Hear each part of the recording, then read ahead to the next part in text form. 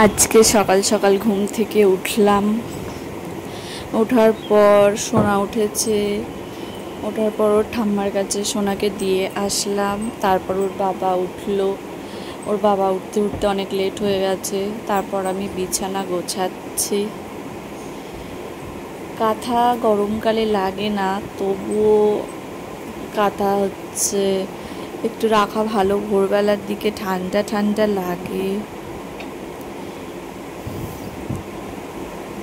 আর মশারিটা তাড়াতাড়ি করে, মানে আজকে এক জায়গায় নিমন্ত্রণ আছে, তার জন্য তাড়াতাড়ি করে গুটিয়ে রাখছি। ওর বাবা দেখলে আবার বকবে ওরকমভাবে গোছানো।